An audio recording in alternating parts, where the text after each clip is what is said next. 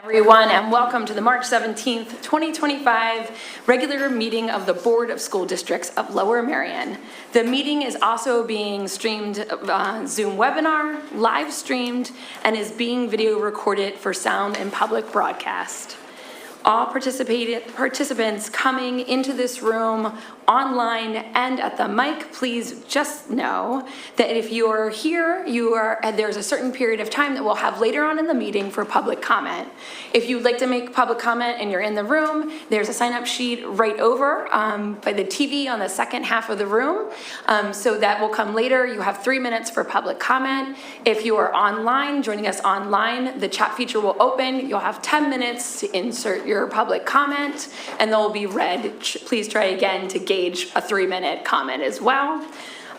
When you're in the room at any point in time, we fall under the Sunshine Act. So since this meeting is being recorded, everything is recorded in this room. So it could be a comment that you make at your seat, a comment that you make at the podium, or a comment that we make at the table. So just making sure everybody's aware. The board believes it's in the best interest of the community, of ourselves, and all of our students to take that public comment, and we'll look forward to hearing you later in the meeting. We're going to begin with our superintendent having an update. So our interim superintendent. Yes, right, exactly. Your new one will be here in April, and you're on your way. So when Denise gets this up, this is, oh my God, Denise. I guess we can't make that. It's inside your book. Oh, I have it. Do I have it on here? It's right inside your book. I would never leave you hanging there. Where do I have it on here, Denise? It's on the inside of your book. Oh, inside the book. Ah, okay. You're on top of it. Right. I got it. There you go. Thank you very much. You're welcome. Okay. This is a yearly announcement over the last 4 years, and I'm making this announcement in compliance with Section G3B of the Walk Settlement Agreement. The audit report of the 2023-24 fiscal year, which has been presented to the board for acceptance, establishes that the variance between budgeted and actual expenditures and revenues for fiscal year ending June 30th, 2024 was calculated as follows. Actual revenues of $317,283,709 exceeded budgeted revenues of $316,631,173 million by $652,000 plus. The actual expenses of $315,000 plus were less than budgeted expenses of $317,000 plus by $2.1 million. The budgetary reserves were zero. Pursuant to Section G3B of the Walk Settlement Agreement, the calculation for determining any taxpayer credit from a district surplus, the total variance equals revenue variance plus expenditure variance plus budgeted reserve variance. With respect to the fiscal year ending June 30th, 2024, there was a negative total variance of $3.4 million, and therefore no additional taxpayer credit is owed pursuant to Section G3B of the Walk Settlement Agreement. Okay, we take care of that, and now it's my pleasure to introduce Dr. Jen Gaudiano.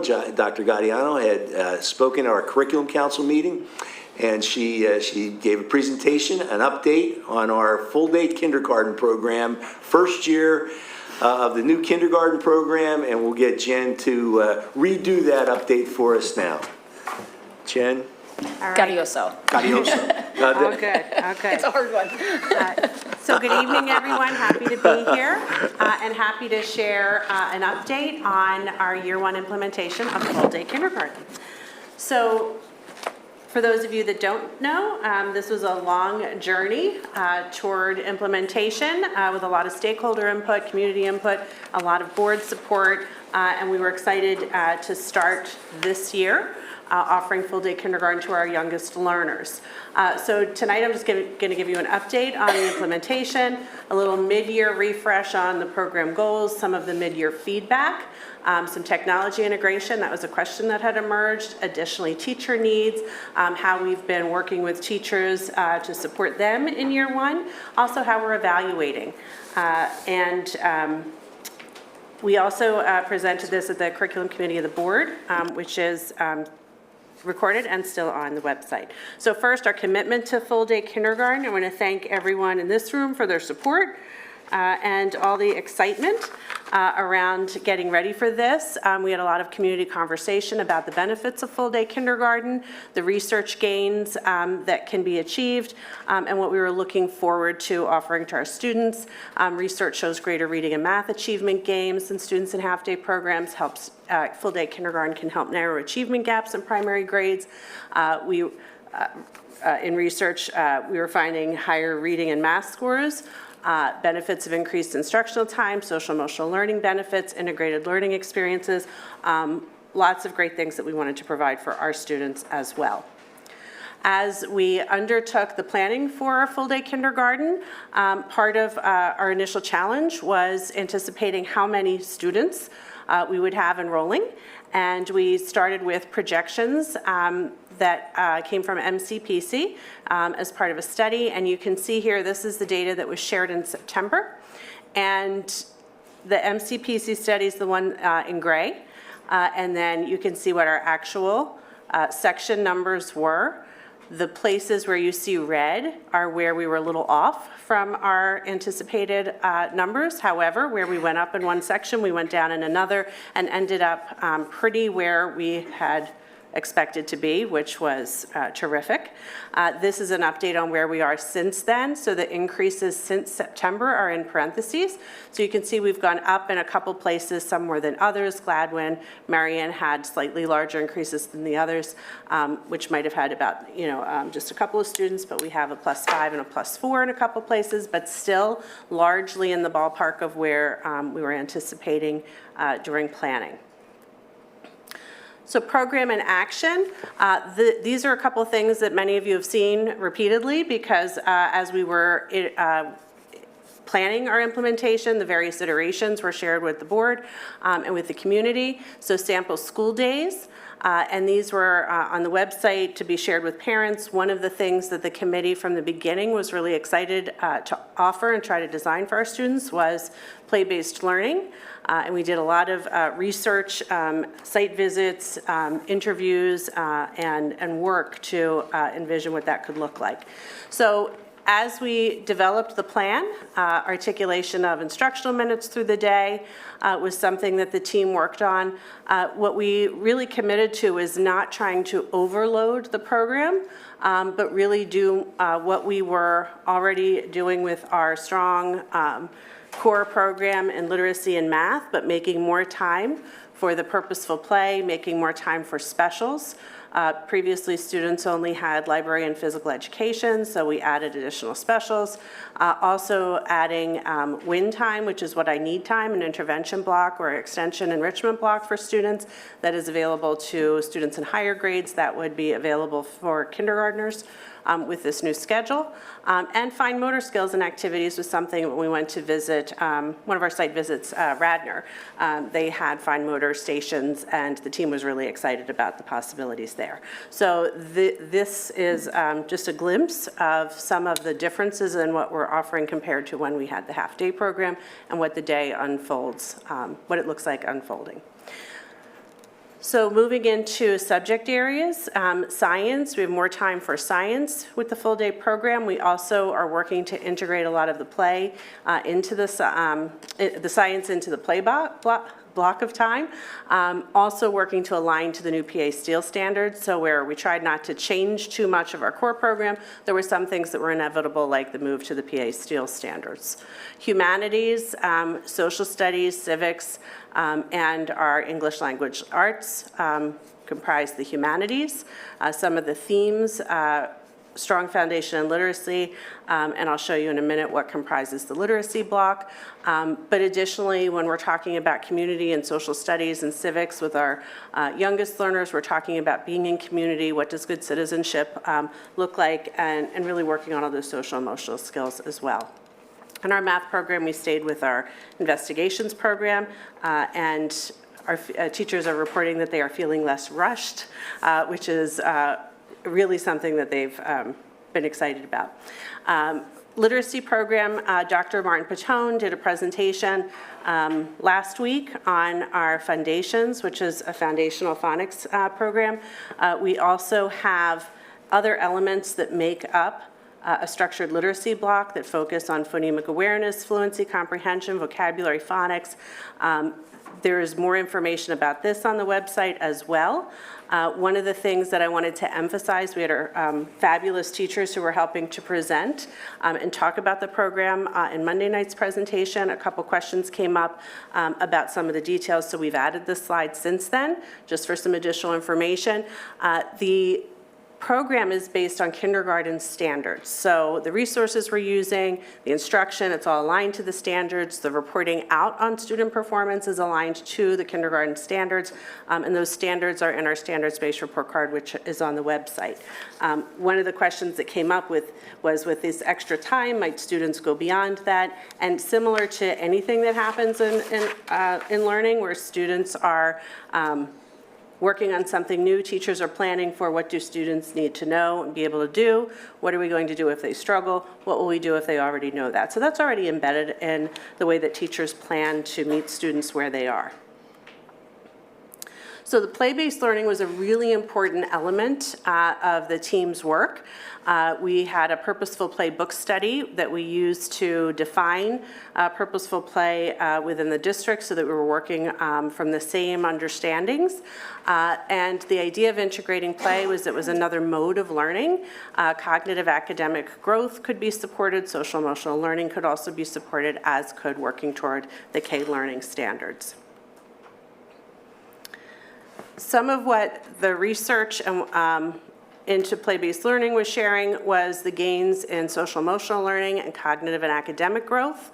You can see some examples on this slide, and some of what we were hoping to see result from the program. You can see the vision for that was created with some of what we learned about purposeful play. So I'll share a little bit about how we're trying to take some measurement on some of those qualitative indicators. Here are some pictures of our kindergartners engaged in inquiry, problem solving, and purposeful play. And our teachers are really thoughtful in designing how do we set students up for learning, whether it's social emotional learning or whether it's aligned with the standards, and giving them choice and having them have opportunity to work together and be social as learners. This is an example from Mrs. Mancini's classroom. One of the things that emerged in their conversation about science, integrated with play, was the idea of penguin research centers. They tied together with some literacy, and they were doing research and reporting out and sharing with their friends. So the idea that they're simulating real-world applications was very exciting for our little guys.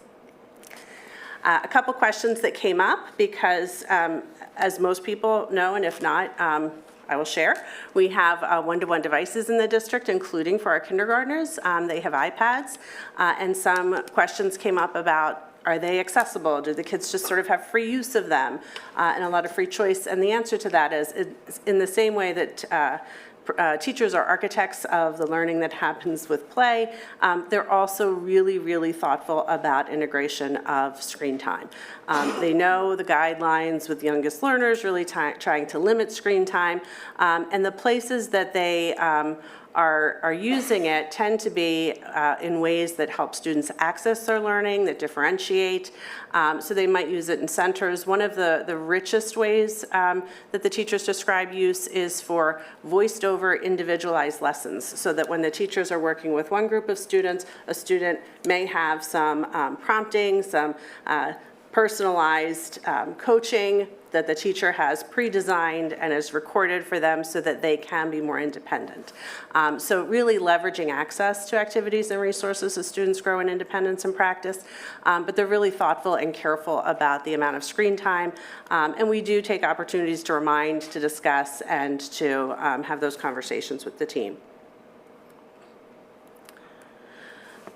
So as we started this work from the very beginning, we were really thoughtful about how we were going to loop in all of the kindergarten teachers as we were designing. We had a full day committee, a full day K committee that was working for a couple years, and they were representative and provided a feedback loop with folks, but as we were beginning to really move toward implementation, move toward professional learning, we used a series of updates. So you can see a couple that were shared in the summer as we were building the team and bringing on new staff. It also became a look-back resource that new people could be onboarded with, and it really connected everyone to the planning, and it was all the way from big picture to, the curriculum articulation, the resources, all the way down to here are the things that were just delivered to your buildings, so that teachers really could stay in the loop as we were planning, and it also gave them a place to reach out to us with questions. We had a mid-year update, so the teachers were already used to that format. That went out at the mid-year. There was a survey in there where we took a dipstick on professional learning needs so that we could plan for the upcoming in-service. We had a mid-year check-in where another survey went out asking for input, and we pulled everyone together. We pulled together the entire kindergarten team on our in-service day to have what was kind of designed like a focus group to really take some information and have a check-in where they could hear from each other and we could hear from them. Additionally, we pulled together the entire full-day kindergarten team for a mid-year check-in so that we could do some planning around how do we grow the next stages of this program. So the teacher feedback, just to give you a picture, we collected some themes from the information shared in the various surveys and in the focus group and with the representative team. So what was really kind of exciting when you look back at that, the cognitive and social emotional learning that you saw on the previous slide, is some of what we were hoping to see through these opportunities our teachers are reporting. And they were reporting with a great deal of enthusiasm that students seem to have stronger conflict resolution skills. When they're playing, they're actually really navigating differences and turn-taking much better than teachers recall having experienced previously in a half-day program when it was time for some choice or some play. A lot of the time, teachers felt like they were managing conflicts and managing difficulties, and they're seeing a lot more strength there with the repetition, the framework that's set up, the expectations, as well as the frequency. Students, it's a lot easier to accept delayed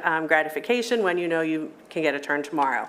So the certainty and the structure and having that as part of the routines has really been something that they feel like the students are getting along better, fewer arguments, increase in social skills, increase in independence. That was a recurring refrain where multiple times, they can't wait for first grade teachers to see students when they come in the fall. Additionally, students owning the classroom norms and policing themselves, more time for skills practice, greater stamina, and certainly recess, lunch, and specials enjoyment. So those were some of the themes that emerged in conversation with the teachers. In terms of what's going well, they're loving the play-based learning.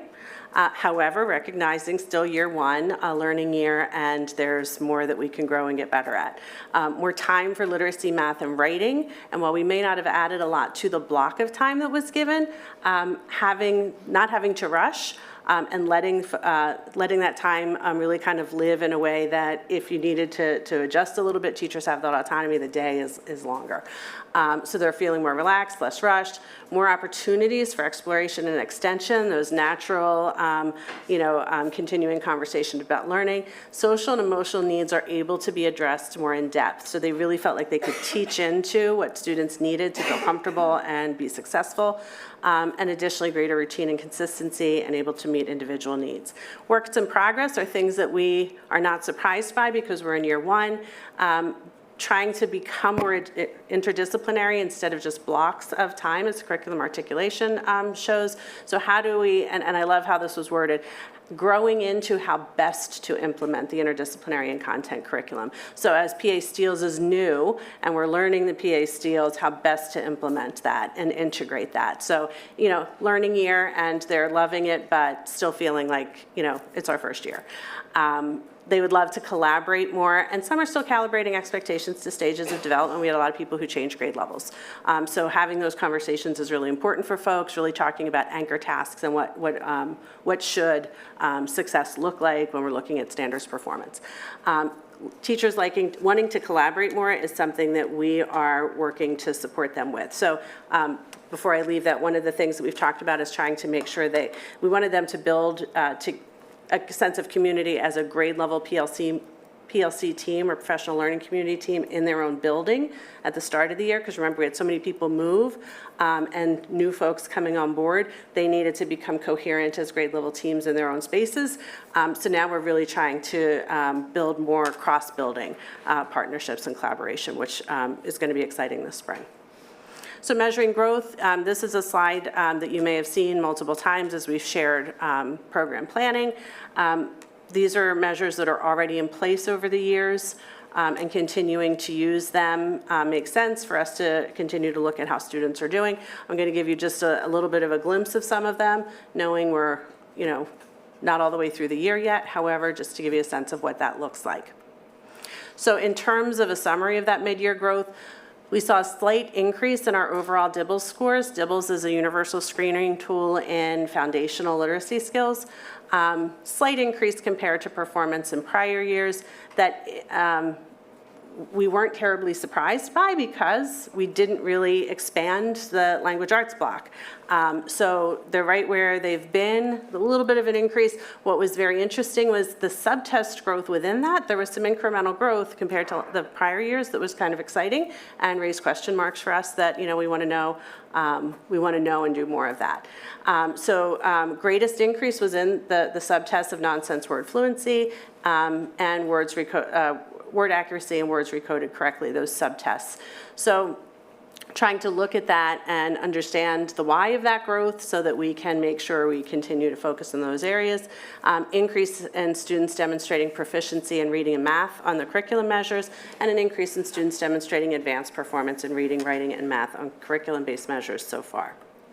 So here's before full day kindergarten. So this gives you a picture of prior year data at the beginning and the mid-year. You can kind of get a sense of the degree of blue and green together there. And when we look at mid-year after year one, we're in about the same ballpark, slight increase when you look at the overall percentages there. However, when you break down the subtests, this is where you can see that this year is the blue bar. So the blue bar at the mid-year, you can see slightly higher than the orange, which is the 24 school year. So this is in one of those subtest measures. Again, slight increase here on this next subtest. And then when we get to some of the nonsense word fluency, the words recoded correctly, you can see a bigger jump here and here. What was interesting is, so I stopped in at data meetings in different buildings and was talking to one of the data teams and asked the question, what do you think contributes to that? And immediately the answer was, we have win time for kindergarten.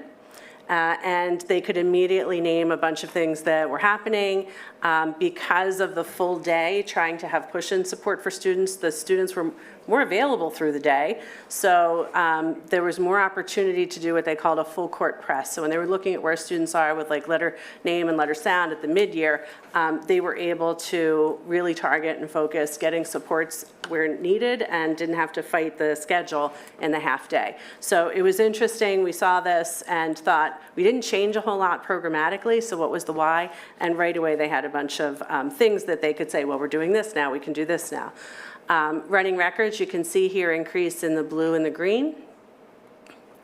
Mid-year math, similar, not two different, slight increase in advanced. Scores, and I don't know if you probably can't see it on that, but our students who needed some support had a slight decrease from 3.6% last year to 2.8% this year. The students in yellow there, it's a 0.7 and a 2.1, so slight increases there. And then mid-year writing, scores were still going in at the time we put this together, so it's an early glimpse, more to come on that, but we were excited to see as scores were being entered that we had some higher representation of the blue at this point, and we'll continue to watch as the rest of those go in just to see if that stays true once all the scores are in.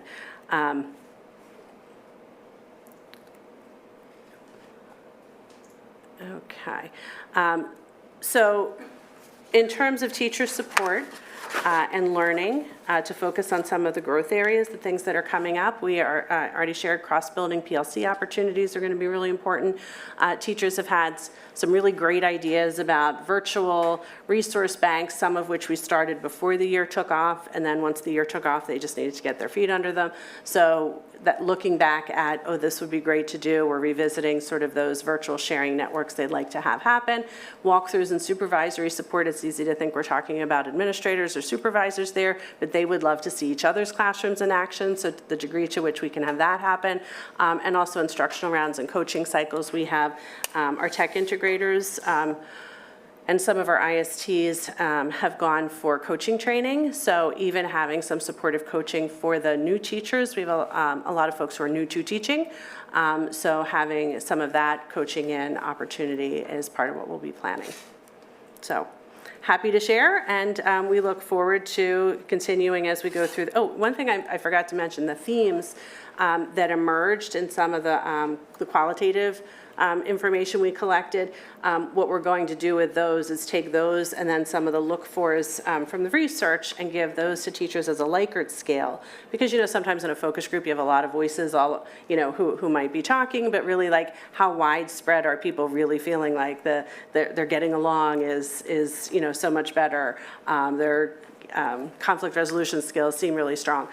So really making sure that, you know, it's representative, everybody has a chance to respond when we do the Likert scale. So that's something we're going to turn around by the end of the year. Questions?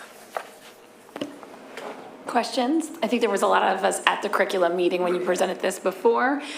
It's a fantastic job. We have had major initiatives this year, this being one of them, and this was really wonderful to kind of halfway through this year see not just how well it's going and the adjustments that you're making, appreciate the humility there too to say what everybody's still working on, but the data around it as well. So thank you so much, wonderful job. No questions, good, we'll move on, thank you. Big round of applause. Okay, before we go to the next piece, which is our student representatives, we had another really big initiative launched this year, and that was school start times. And Amy Buckman and her team won an award. So Lower Merion School District is one of 2 winners of this year's PA Schools PR Association Gold Medallion Award. For the Lower Merion School District Smart Start Public Awareness Campaign, which was a huge campaign, and it worked through not just our school district and all of the students and the parents that had a shift, but also with Jason and I at the intergovernmental meeting, all the entire community. We were not just shifting students, we were shifting patterns of traffic across this entire community. And the job was so well done that they received an award, or we received an award with Amy's leadership. So everybody give Amy a big round of applause. And I also think it's pretty poetic to go from our youngest learners to some of our oldest learners in the school district. So BJ and Maya, would one of you like to go first and give us an update? Yes. Good evening, everyone. The Lower Merion English Department set up a mini competition that allows for them to judge and select 2 students to move on and represent us in the annual creative writing contest against all the Central League schools.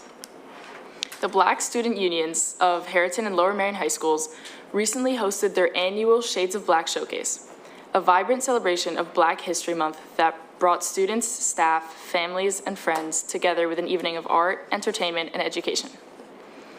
This year, Lower Merion is introducing a new award to recognize teachers and staff who have gone above and beyond to help students feel connected, valued, and supported at school.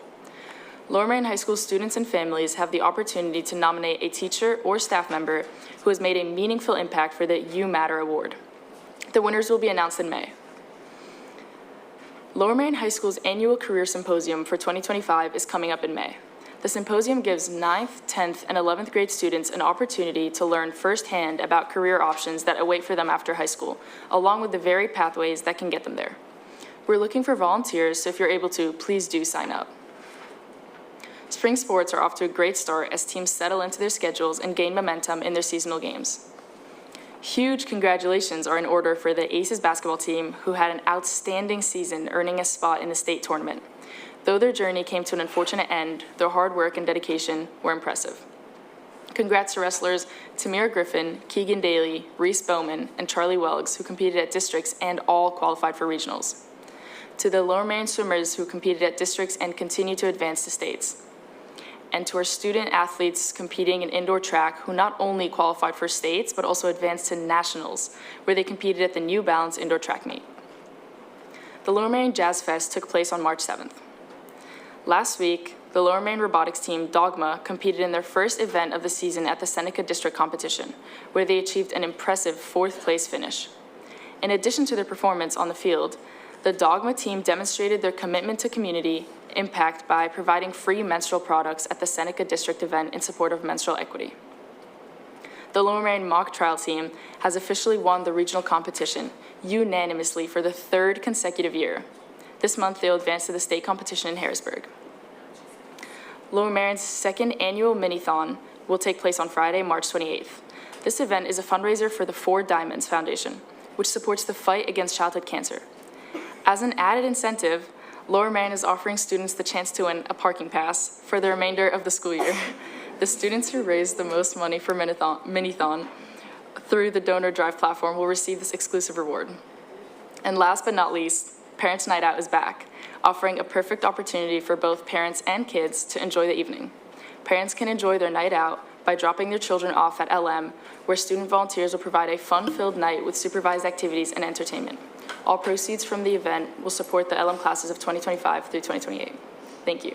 No, wait, Maya, there's one more thing. So I need to know which cookie won the Oreo cookie contest. Oreo cookie contest. So yeah, was that only for staff? So let me tell you, You're you missed joking. out on that.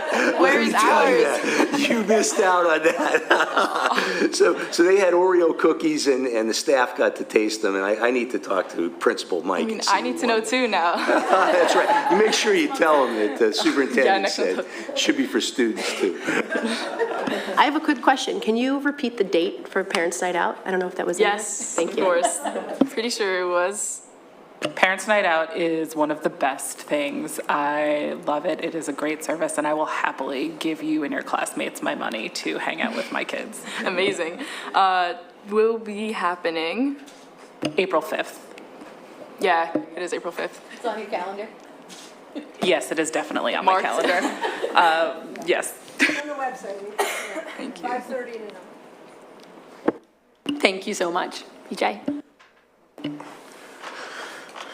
Good evening, everyone. Thank you for having me. Let's go over some of the things that have been happening this past month at Harriton. To start things off, Harriton's Dr. Harriton had his performance last month on Friday, February 21st in the Harriton Auditorium. Overall, Dr. Harriton raised a total of $61,000 towards the Lower Merion Township Scholarship Fund and the Jerseys for Kids. Over 900 people in person and online tuned in to watch the performance, a smashing success. Speaking of performances, Harriton's Theater Club will be hosting its 3rd play of the year, Pippin. The show will take place this Thursday at 7 p.m., Friday at 7 p.m., and Saturday at 2 and 7 p.m. Tickets can be bought at harritontheater.com. With the end of the winter sports season, the spring sports season is starting up at Harriton. Spring sports include track and field hockey, rowing, baseball, and softball, and boys tennis. All teams are off to a strong start, and we're hoping for a good season in all of them. Harriton's NSBE Club traveled to Chicago from March 5th through March 9th to compete in their annual NSBE convention. Our 1080 teams placed first and third in their respective races and have qualified to go to national competition later this year in South Carolina. A great accomplishment for the Harriton 1080 team. Way to go. Last but not least, Harriton began holding its student council elections last week, Monday, March 10th. We've narrowed down the list of finalists for each positions in office and expect to know the winners of each category by the end of this month. All candidates are great choices and bring something different to the table. Lots of Harriton students take the voting process and campaigning very seriously. We can't wait to see who will win. That's all from Harriton for this month. Thanks for listening and have a great evening. Thank you so much. Can I make a quick request before you guys head out? I see on our agenda that we are voting to approve the Harriton Robotics Club going to Dallas, Texas, which is the world's competition for robotics, and they had to have gone through several levels, including the local and the state. I would be really interested for a report once they're done competing on how they did. I'll be sure to put that in the next month. Thank you so much. I believe it won't be done in time for April, but probably for May, so thank you. I got you. Thank you so much. Okay, now we're going to go on to a Finance Committee meeting update. Todd, would you like to do that? I would like to do that. So we had a Finance Committee meeting on February 21st. The first few minutes were to clarify the status of the audit because there was some confusion in the community. So the draft audit, which is a state-mandated report from an external auditor, was made available publicly through board docs in December of 2024, all 66 pages of it. And as has been the current practice in the district for, I think, decades, once that gets certified, it's voted on by the board, which we are doing tonight. After that time, it is then put on the front-facing web pages, Making Practice Perfect, the certified auditor's report. So all documents have been available. Making Practice is public, perfectly public. And then so the rest of the meeting was focused mostly on the revenue side. The expenditures will be coming at this Friday's meeting. But we talked about, so the Act 1 index, which is 4%, so this is what the state considers an appropriate level of increase for taxes. It's sort of analogous to like the cost of living adjustment for Social Security. It goes up a certain amount every year. It was 4%. The challenge that Mr. Orlando and the team has had is that we're not actually going to realize a 4% gain in revenue, largely due to reassessments of some large commercial properties. So the numbers, it's going to be about a 1% variance there. So our income, the revenues are going to be up by about 3-point-something%, not 4. And there's some challenges on the expenditure side too, which we'll get into more detail on this coming Friday. Thank you so much. Okay, we're going to move on to the Policy Committee meeting, and I believe that's Melanie. Thank you. Yeah, at the March 7th policy meeting, we mixed our agenda around to start out, and we started with the continued discussion of the new AR 1512A, extracurricular and co-curricular opportunities that consolidates 151 and 124 to be more, so it's more comprehensively addressed in one spot. As promised from the February 7th meeting, we included a presentation of middle school activities and athletics where we continue our review, and included a presentation about for the 3 middle schools. These reviews helped us to better understand how the policy administrative regs need to support all facets of activities in athletics, including supervision, facilities, transportation, and budget. The presentation indicated that all middle schools have individual participation rates of ranging from 66% to up to 75% at each middle school. We thank Jeff Hunter, the principal, and Dr. David Lloyd, activities and athletic directors for BCMS, Jim Scott, activities and director for Brock Rock Middle School and Welsh Valley Middle School, Joe Devine, assistant principal at Welsh Valley Middle School, for taking time out of their day to make the presentation. We had no policies for adoption, but we reviewed administrative regs that came back from the last meeting that we didn't have time to review, or I should say the February meeting, and that included the purchasing, federal fiscal compliance, and 235 student rights and responsibilities, along with 302 standards of conduct. When we also continued our review of assignment of students within the district. We newly reviewed section 715, which is the rates for facilities, that there's being updated for Level D users for the first time in 10 years. The last item on the list was we worked again with Ms. Kimberly Frazier, and I believe Melissa Gibson as well was at the meeting last time, and of Student Services. And we also invited the president of CSE and vice president of CSE to join us at the table for the discussion. The action steps taken were so far in regards to the revision of policy and AR 236 behavior support they've made presentations and videos, recordings are available. They've met with special ed staff. CSE surveys have been sent and they're compiling the responses will be forwarded to Ms. Fraser. Upcoming is another presentation. Please check the LMSD calendar for the date. Among items being considered for incorporation as part of the issues are aligning with federal and state regs, trauma-informed practices, and positive behavioral instructional support.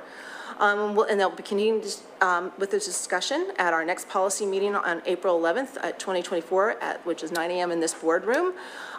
We would like to have this policy in AR ready for the next school year, so our policy meetings may go into the summer, as some of us are going, yay, and because we want to have sure we have enough time to finish everything and get the information and training for staff needed for the new policy. If you want to join us, we hope you can come to those meetings and talk about policy. Thank you. Just to clarify, Mel, next meeting's in 2025, not 2024. Oh, sorry.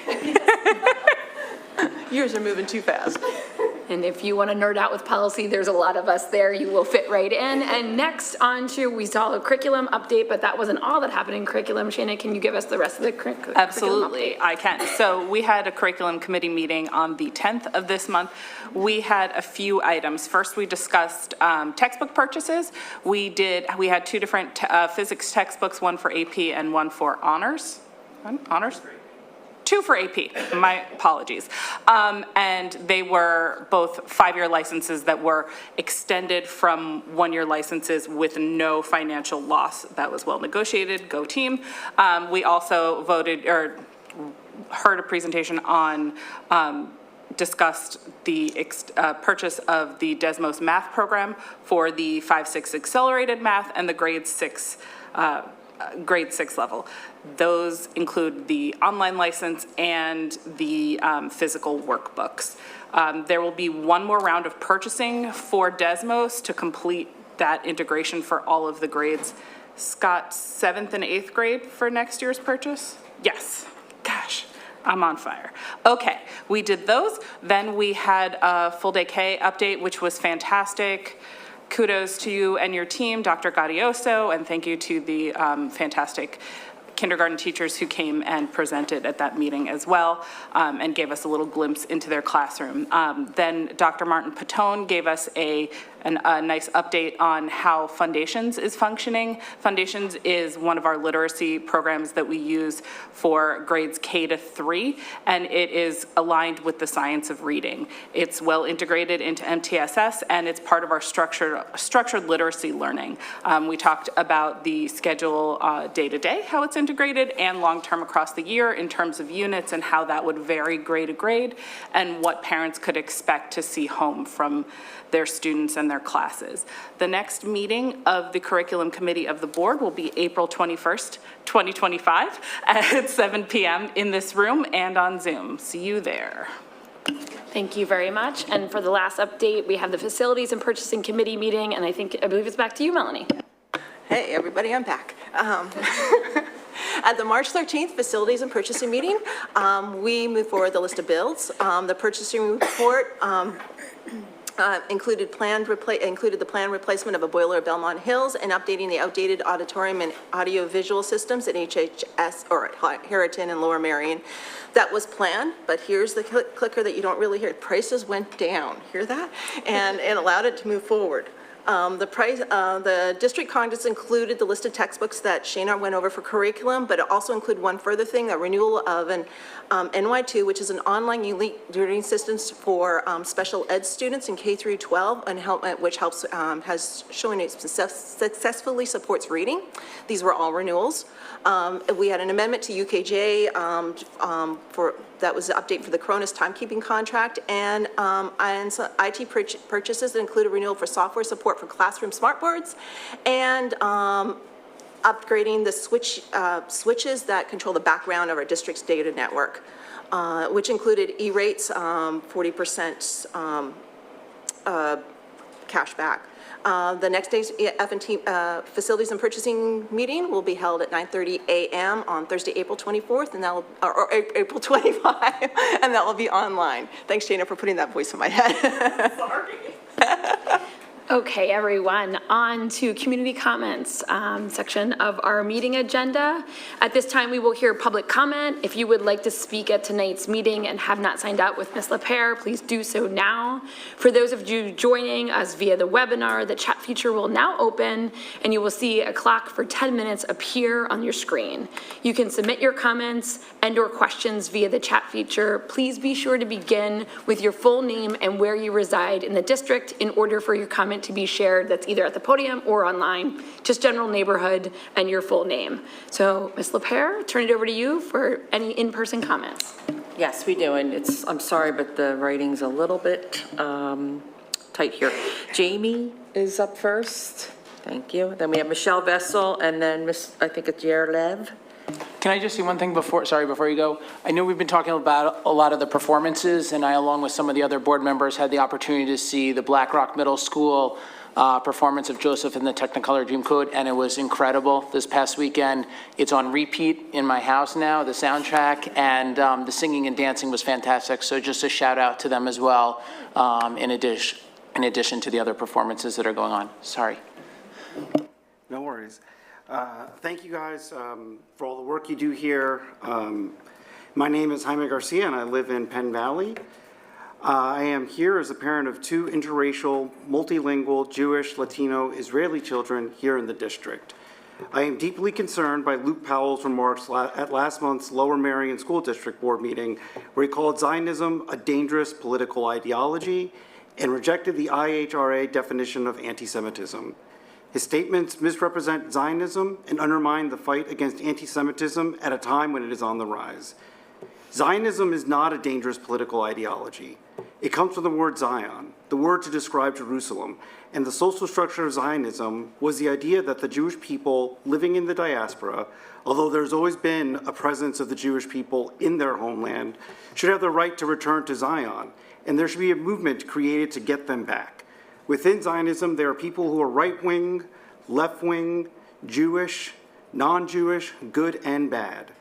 We do not find it acceptable to question the existence of the other 195 countries on the planet, over 100 of which have sovereignty dates after the modern state of Israel.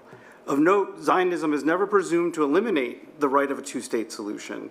Israel, or the international community with Israel's backing, has supported or offered a Palestinian state at least 7 times. Even more troubling is Mr. Powell's rejection of the IHRA definition, the most widely accepted standard for recognizing anti-Semitism, endorsed by over 40 countries. The IHRA definition does not silence the criticism of Israel. It clarifies that denying Israel's right to exist or holding all Jews accountable for Israel's actions can be anti-Semitic. Rejecting this framework makes it harder to fight anti-Semitism and easier to excuse it. If district educators reject the IHRA definition, what are they teaching our children? It is also unacceptable to recommend the Jewish Voice for Peace as an alternative for anti-Semitism training, as Mr. Powell did in the prior meeting. JVP is a fringe group with ties to anti-Semitic and terror-backed funding mechanisms. I could spend all night giving you insight into the JVP, but I'll say this. In October of 2024, JVP shared support of Nasrallah, the leader of Hezbollah, an internationally recognized terrorist organization. Suggesting JVP as a resource for combating anti-Semitism is akin to recommending the KKK is fit to lead diversity training. It is absurd and dangerous. The Lower Merion School Board has a responsibility to ensure that anti-Semitism education is based on recognized, credible frameworks and not on politically motivated misrepresentations. If the school district staff members are openly rejecting the IHRA definition, it raises concerns about how anti-Semitism is addressed within our schools. I request the board take immediate action to redress this. Thank you. Thank you.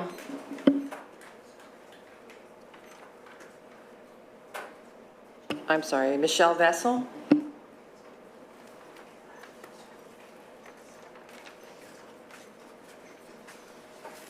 Hi, Michelle Vessel, Gladwin. I'm here tonight as a concerned parent and community member. It troubles me that there are teachers, administrators, and even board members who align with Educators for Palestine and reject the IHRA definition of anti-Semitism, which this district adopted last year. At the last board meeting, an instructional aide, Luke Powell, criticized the ADL and the IHRA definition, claiming they silence social justice movements. He cited the group Jewish Voice for Peace, which isn't even led by a Jewish person. Allowing someone who openly spreads these views to work with our students is extremely concerning. Correcting misinformation is not censorship. If a math teacher teaches 2 + 2 = 5, it wouldn't be considered censorship to correct them. The same should apply to teaching about Jewish history and Israel. There is a growing movement to spread misinformation about Jewish people and Israel. This district has many Jewish families, students born in Israel, students with family members living in Israel, and even some students doing a semester of study in Israel. When our teachers, books, or curriculum promote the idea that Israel does not have the right to exist, how do you think those students feel? How do you think we feel? Imagine telling Italian students that Italy doesn't have the right to exist. Would that be acceptable? Does that create belonging? This issue shouldn't be political. It doesn't matter if you're a Democrat or Republican. Recognizing and addressing anti-Semitism is about ensuring the safety and equal treatment of Jewish students and families in our schools. Since October 7th, Jews in the U.S., including students in this district, have faced increased hate. Jewish neighborhoods and businesses have been vandalized, even here in Lower Merion in our schools. Yet this has not been prioritized. Why? Many Jewish parents and students are afraid to speak up for fear of being unfavorably labeled. This should not happen in a school district that claims to value inclusion. Anti-Semitism must be addressed with the same urgency as any other form of hate, and the time is now. I urge this board to acknowledge these concerns and take meaningful action by creating a committee with teachers, administrators, parents, and community members to create an action plan to address anti-Semitism without promoting hate against any other group. This needs to be beyond a one-time optional training or a few selected grades doing residency at the Weissman Museum. Jewish students deserve the same support, protection, and sense of belonging as every other marginalized group in this district. And that's the end of what I wrote. And I just want to say, I never met Jaime before, and we both felt the same way after the last school board meeting. And I wonder how many other people feel like that. Thank you. Mr. Lev, I think it's, and then John Bellis and Ruth Jenkins. Hello, my name is Yair, and I'm from Marion Station. So I want to talk about something very different. I want to talk about an issue that is deeply important to many families in our district, which is delaying smartphones and social media until at least 8th grade. You may have heard of a global movement called Wait Until 8th, but our efforts here are deeply local. Hundreds of parents just in the last few weeks in the mainland have come together because they believe in letting kids be kids a little bit longer and making sure that waiting to introduce cell phones and smartphones and social media is even an option. I wanted to address two misconceptions. First of all, some worry that this movement is anti-technology, but many of the strongest advocates, including those in Silicon Valley, those who invented Facebook, whatnot, they work in tech themselves. I'm personally involved in healthcare technology and multiple AI initiatives. We understand the power and value of technology, but that's exactly why we believe that kids should experience more of the real world offline before diving into the digital world. The second misconception, which I think is actually even more important, is the concern that this movement is about judging families or parents who choose to give their kids smartphones and social media earlier. It's so important to emphasize that this is not the case. It's not the case. Every family and every child in every situation is different, and every parent's choice should be respected. But for many parents who choose to delay, it's not about whether they want to delay, it's about whether it's even possible. And that's the problem. So often kids without smartphones, they feel immense pressure to get one. And parents feel pressured to give in. And this, honestly, that's happened to my sister, who's a psychologist, and she gave lectures about the topic. And by the time that her daughter, was third grade, at the end of third grade, she was the last one without a cell phone.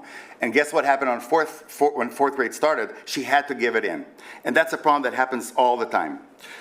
Many parents in our community who feel this way, they don't even realize how many other families and parents share the same concerns.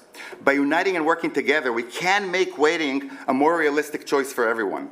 What we want is an environment where children without smartphones will feel supported, and those with smartphones feel respected, so everyone gets along and honors each family's decision.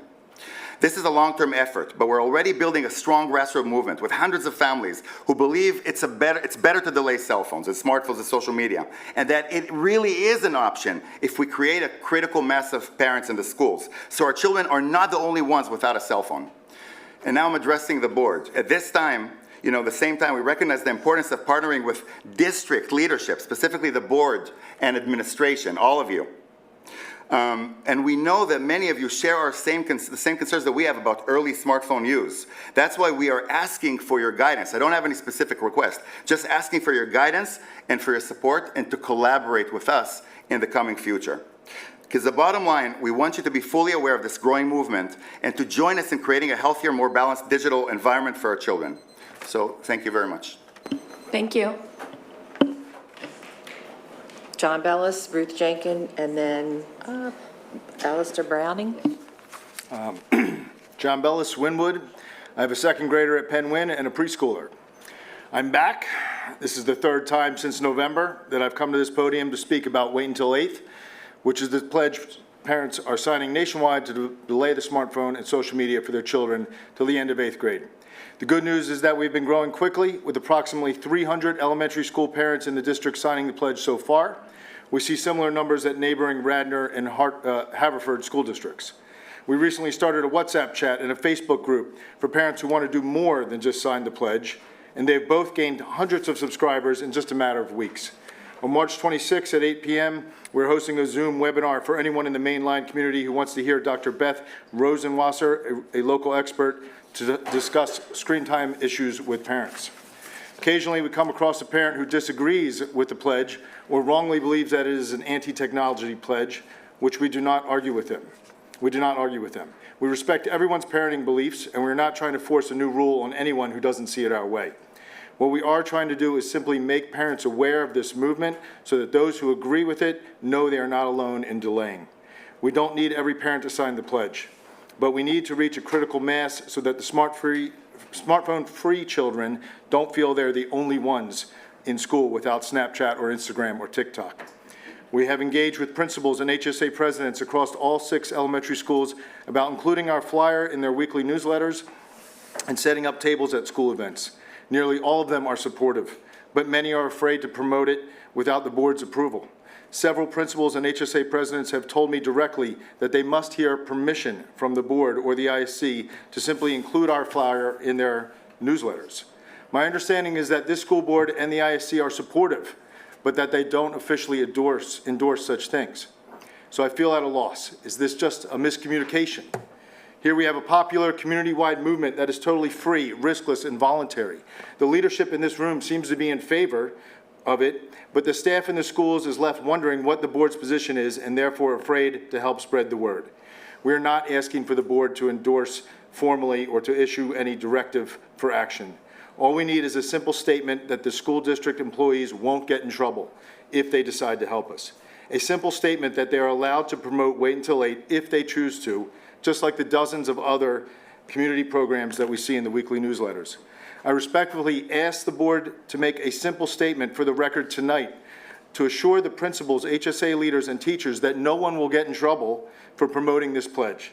A written statement would be great, but a short video clip would probably get the job done, which we could have right now. Will you make that statement for us now to clear up this confusion once and for all? Thank you. Excuse me, while you're there, we've been following this, certainly, and we don't disagree with you.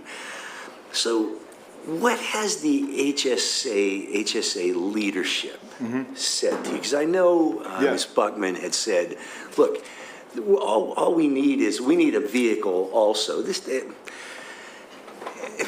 Somebody who's done this for a long time, if the board, if you come up with a good thing, just like you have, come to the board, the next person will come up with a good idea, come to the board. And it could be endless. I mean, there's lots of good ideas. So what we were saying, and I know we said it to you, is to just get the HSA leadership. I think it's the ISC, is that right? Yes. And have them endorse it, and we will put this on our website. It's just not a, it's just. That's where I'm confused. The ISC is totally supportive. I'm in contact with Lisa and Cammie. They support it, but they say their bylaws do not allow them to endorse anything, that's not what they do. They've endorsed things in the past. I'm pretty sure they have. I don't know. So I just feel like there's some kind of miscommunication here.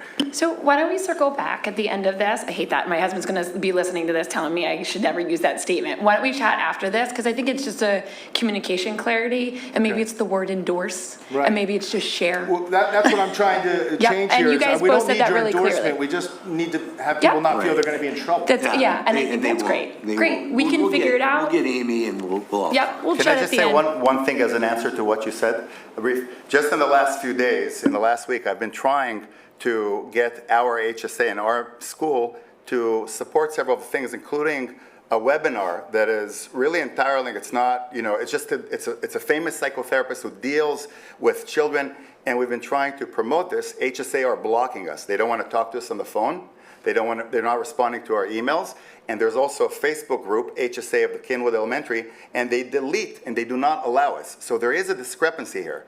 HSA, despite the fact that the principal of Kinwood was amazing, is extremely for this initiative. HSA are blocking. So there is discrepancy, and it depends on which school it is. It depends on individuals. Okay, so let's have a chat, because we got a lecture by Larry earlier, just making all the other board members laugh. The community comments are supposed to be comments to help our vote, but we can chat after. We have plenty of time. We're doing great on time, but thank you so much. This was helpful.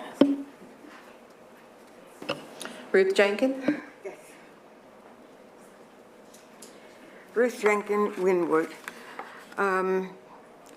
As a young college student in an education program, the first thing that I visited on our campus was a kindergarten class. And my instructors often said that kindergarten was the most important beginning for education. When I moved here over 40 years ago and realized there was no kindergarten for my children, for my neighbors, it was quite a shock. And the money that it cost to send them to private kindergarten was also, out of pocket. So I know that we now have full-day kindergarten. We also have some issues with playgrounds. We talk about how important it is to have creative play or purposeful play, and nothing is more important than playing outside on the playgrounds. The other part that no one mentioned was lunch, and lunch is the most important part of full-day kindergarten. It's what was missing from the half-day.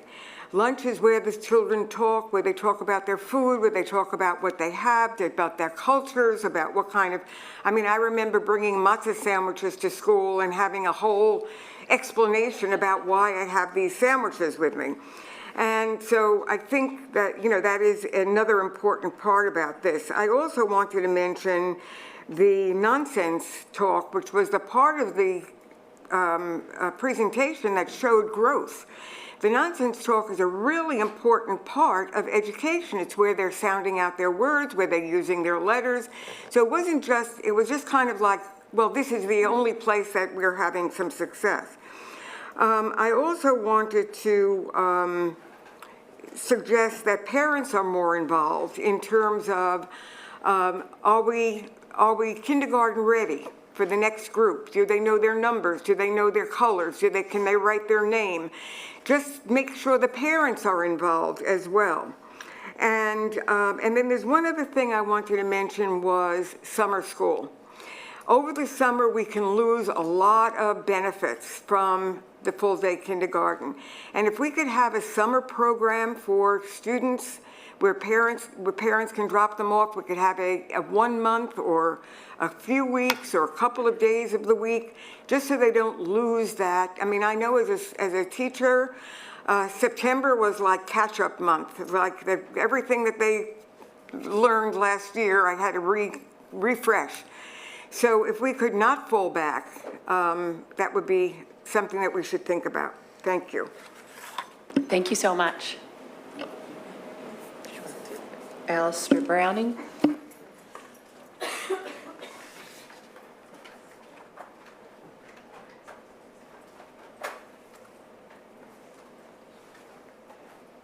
Ken, do we go back and forth or just stay thematic? Okay. Hi, my name is Alistair Browning. I'm a junior here at Lower Merion High School. I live in Ardmore. I just wanted to see if I could ask the board a question about something. So this is a comment section on like agenda items, but here's what you could do. You could ask me. Tomorrow, email me, get to Ms. LaPera, and I'll get you an answer. Or actually after the meeting, if you want to talk. All right, I really appreciate it. Thanks. That'd be great. Brooke Reynolds and then Sam Donaghy. Hello, everyone. My name is Brooke Reynolds. I currently live in Bala Cynwyd. I'm relatively new to this established community, so speaking at these types of meetings is a little bit different for me. I actually wanted to share that I really appreciated your detailed and statistically significant report on how full day K has been benefiting our students. That is such a great opportunity for our kids to partake in, and just to see that they're communicating with each other and learning about the wins. I think that's especially important, and love that we make time in this community to talk about the wins, because I think that's really, really important. I also want to take some time to thank the board for your patience, and this has been very educational for me. One of the things that I appreciate is being able to get the notes and understand what's happening here, but sometimes I get lost with what the purpose of the comment section is. So to get the clarification that the comment section is specifically to look at the agenda and share in regards to what's on the agenda so it could help the board be able to make a vote. We should lead with that. Like, why do well, regular 9 to 5. You guys are so generous with your time. Not necessarily able to do that, but as a parent in the district and plan to be here for quite some time, would love to be a more informed community participant in the process. And so really just appreciate you guys taking the time tonight. Wanted to say thank you for the extra clarification in regards to what the role of this particular section is, and also want to thank the many educators and supporters and help staff that works in the schools that my children participate in, and those who speak out on things that are challenging them and things that are helping our students and putting that extra time in, because I have two, one that does very well on her own and the other one that kind of needs people to tap in, and they both have been found welcomed and supported within the district. Thank you. Thank you so much. We're loving the positive. I think it's the Werthers. Everybody's eating Werthers up here, but thank you so much. We appreciate you all. And welcome to the community. Sam? Okay. Oh my God. My list on my. Hi there. I will keep my comments really, really short. My name is Sam Donaghy. I am a senior at Lower Merion High School, and I live in Wynwood. I came to this board meeting with the intentional goal of not speaking. I have spoken at a lot of school board meetings in my time in high school, and I really wanted to come to this one just to observe and to take notes and to bring some friends along who've never been to one before and who are curious about the process. And this is not directly related to the agenda, so I will keep it I will make it as short as I can. Listening to the comments of other people this evening in the community comment section, I felt the need to make what is objectively a terrible decision. And this is the most anxious I've ever been giving a speech to the school board. But you've heard a lot of comments this whole year, I'm sure, from Jewish parents and Jewish families about the need to protect Jewish students. And I think that a lot of those families and a lot of those parents have been speaking to you with one voice. And I wanted to speak to you as a Jewish Lower Merion student to say that I think that that one voice is more monolithic than your community actually is. And I do not feel very brave right now, but I cannot imagine how brave Mr. Powell must have had to be to come up here and actively say that he disagrees with the IHRA definition of anti-Semitism, a definition that is objectively controversial. Not true. Okay, well, when I say objectively, I mean that in the last year, like 104 civil rights organizations wrote a letter to the UN asking them not to adopt it. Like, it is not a universally accepted definition, and it is okay to call things into question. It is, as a Jewish student in your high schools, I do not feel threatened by students saying harsh criticisms of Israel, by students saying that Israel should not exist. That is not a threat to me nearly as much. That doesn't scare me as much as it scares me to see people be afraid to speak up, people be afraid to speak out. I would rather live in a community where people will loudly say strongly anti-Zionist perspectives than live in a community where, like, standing up here and even saying this makes me kind of genuinely afraid. And I just want the board to know, and this is my least eloquent speech I've ever given, that most of what you will hear from our community will be one very loud and very, very cohesive message. And I don't think that that message truly reflects the needs of all of your Jewish students. I think that for a lot of Jewish students, the desire to protect us by protecting students from uncomfortable discussions around Israel does not actually protect your students. It only shelters them in ways that harm their educations and harm their abilities to be fully honest for their communities. Thank you for listening. I hope that wasn't nonsense. I've never not scripted one of these before. Have a wonderful night. Thank you. That is And I all just- of the in-person comment. Yep, I just wanted to let our student who came up with a question, if you did want to frame your question into a comment, you're more than welcome to come back up. We'll go to online comments and you can think about it, but not pushing you either.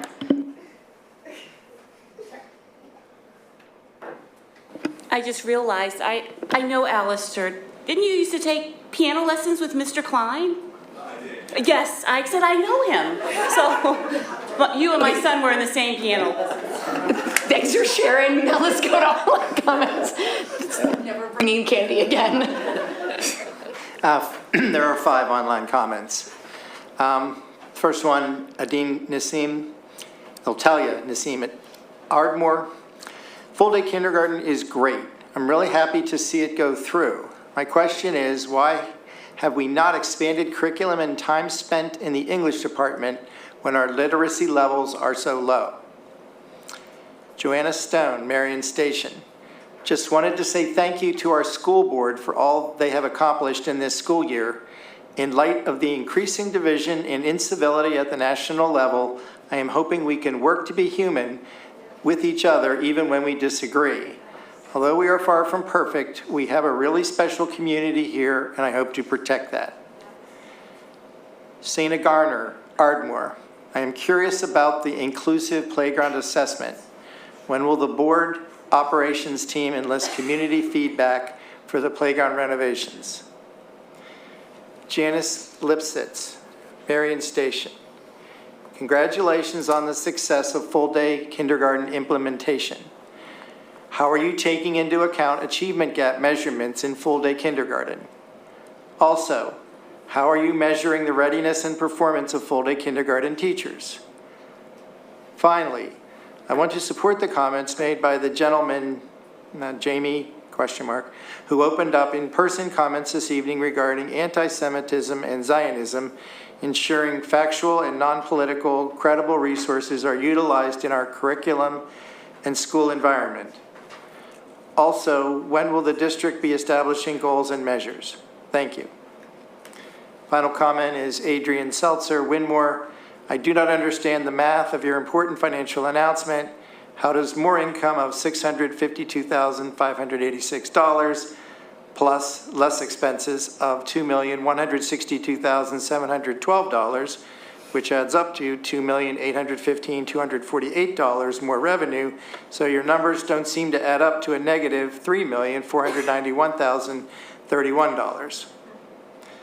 What are the goals of N2Y, whatever. That's Okay. student services thing. Okay. I agree with Michelle Vessel and Jamie Garcia's comments concerning Israel's right to exist. Do you need Okay. an explanation for the financial thing? No, I actually have a comment at the end of the meeting that will, I think, at least give an opportunity to clear all that up. Great, okay, now we are officially done with in-person comments. And let's move on to the consent agenda. Do I have a motion to approve all of the items listed on the consent agenda? So moved. Second? Second. Is there any discussion? No? All in favor? Aye. Any opposed? Abstentions? Okay, motion passes. Mr. Ruse, now can you read the Sunshine Act announcement? There actually was no executive session tonight, so there's been no executive session since the last board meeting. December, Since December. Since December. Thank you very much. Okay, so next board meeting. The next board meeting dates will be held, April 28th is a regular business board meeting and will be held at 7 p.m. in this room. Committee meetings, this is the point to Adrian Seltzer's. On March 21st, this is this Friday, there'll be a finance committee meeting at 9 a.m. on Zoom and in here, and that will be the best time to dig in deep to look at all of these numbers. You'll have the revenues, you'll have the expenses, and you can ask lots of questions because committee meetings have a lot of questions as long as they're on the agenda. So that was my comment to address that. And April 4th is also a finance committee meeting at 9 a.m., same place in here and on Zoom. April 11th is policy at 9 a.m. This policy meeting will specifically focus on policy 236, which is behavioral support policy. This is the one that our CSE team and our committee of special ed will be diving. No, I got that wrong. That is May. We're gonna get some clarity around that one, because that actually 236 behavioral support may be in May, but we'll update it online. April 21st is curriculum at 7 p.m. in here, and then April 24th is facilities and purchasing at 9:30 a.m. via Zoom. All for good, then we will adjourn. Thank you all. Have a great night, everyone.